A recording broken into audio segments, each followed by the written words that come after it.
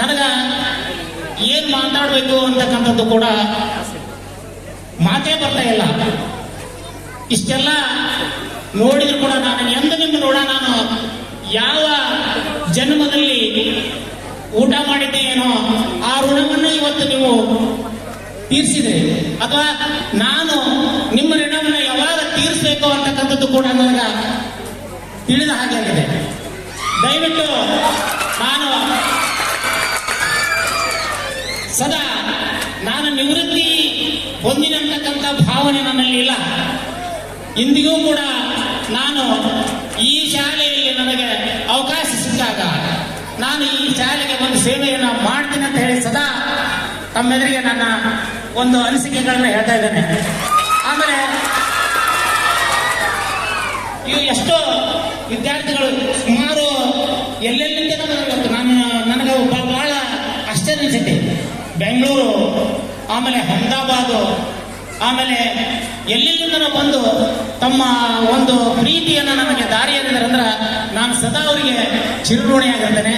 ದಯವಿಟ್ಟು ನಾನು ಈ ಒಂದು ಕಾರ್ಯಕ್ರಮದಲ್ಲಿ ನನಗೆ ಏನು ಮಾತಾಡಬೇಕು ಸದಾ ನೀವು ಯಾವಾಗಲೂ ನನಗೆ ಬೆನ್ನೆಲುವಾಗಿ ನಿಮ್ಮ ಸಹಕಾರ, ನಿಮ್ಮ ಒಂದು ಒಳ್ಳೆತನ, ನನಗೆ ನಮ್ಮೆಲ್ಲರಿಗೂ ಕೊಟ್ಟಿರ್ತಕ್ಕಂಥ ಸಹಕಾರ ನನ್ನ 31 ವರ್ಷಗಳವರೆಗೆ ಇಲ್ಲಿ ಸೇವೆಯನ್ನು ಮಾಡಲಿಕ್ಕೆ ನನಗೆ ಅನುಕೂಲ ಆಯಿತು.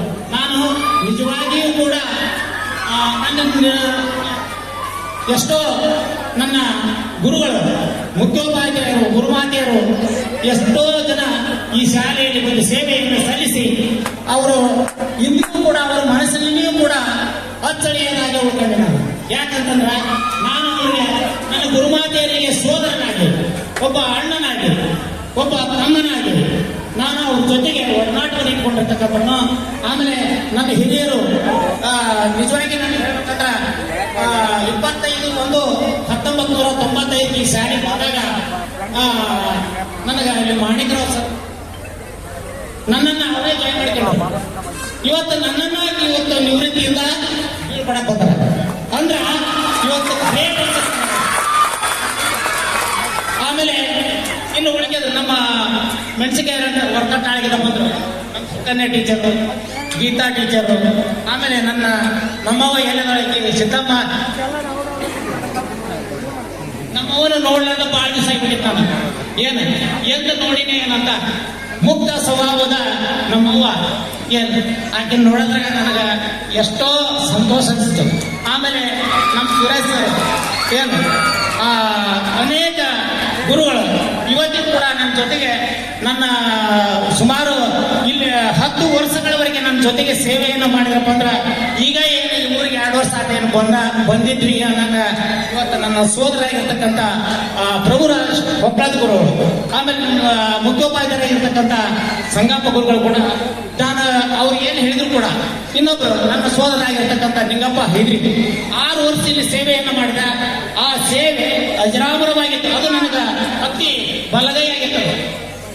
ಏನೋ ಮತ್ತೆ ಹೆಚ್ಚುವರಿಯಾಗಿ ಹೋದ್ರು ಅಂತ ಈ ಸೇವೆಗೆ ಕಲ್ಲಪ್ಪ ಸರು, ಆಮೇಲೆ ಚಂದ್ರು, ಬಸವೋಡ್ಸ್ ಅಂತವ್ರು ಹೇಳ್ತೀವಿ.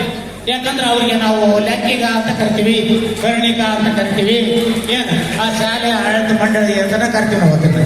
ಏನು ಇಷ್ಟೆಲ್ಲ ಅನೇಕ ಗುರುಗಳ ಜೊತೆಗೆ ನಾನು ಸೇವೆಯನ್ನು ಸಲ್ಲಿಸಿದ್ದು ಆ ಮಾರುತೇಶ್ವರನ ಒಂದು ಪುಣ್ಯ ಏನೋ ಅಂತಕ್ಕಂಥದ್ದು ಕೂಡ ನನಗೆ ಭಾಷವಾಗುತ್ತೆ. ದಯವಿಟ್ಟು ಇನ್ನು ನನ್ನ ಹಳೆ ವಿದ್ಯಾರ್ಥಿ ಬಳಗ ಕೇಳ್ಬೇಕಾದ್ರೆ ಇವತ್ತು ನನಗೆ ಗುರುತು ಸಿಗಲಾರ್ದಂಗೆ ಆಗ್ಯಾರ.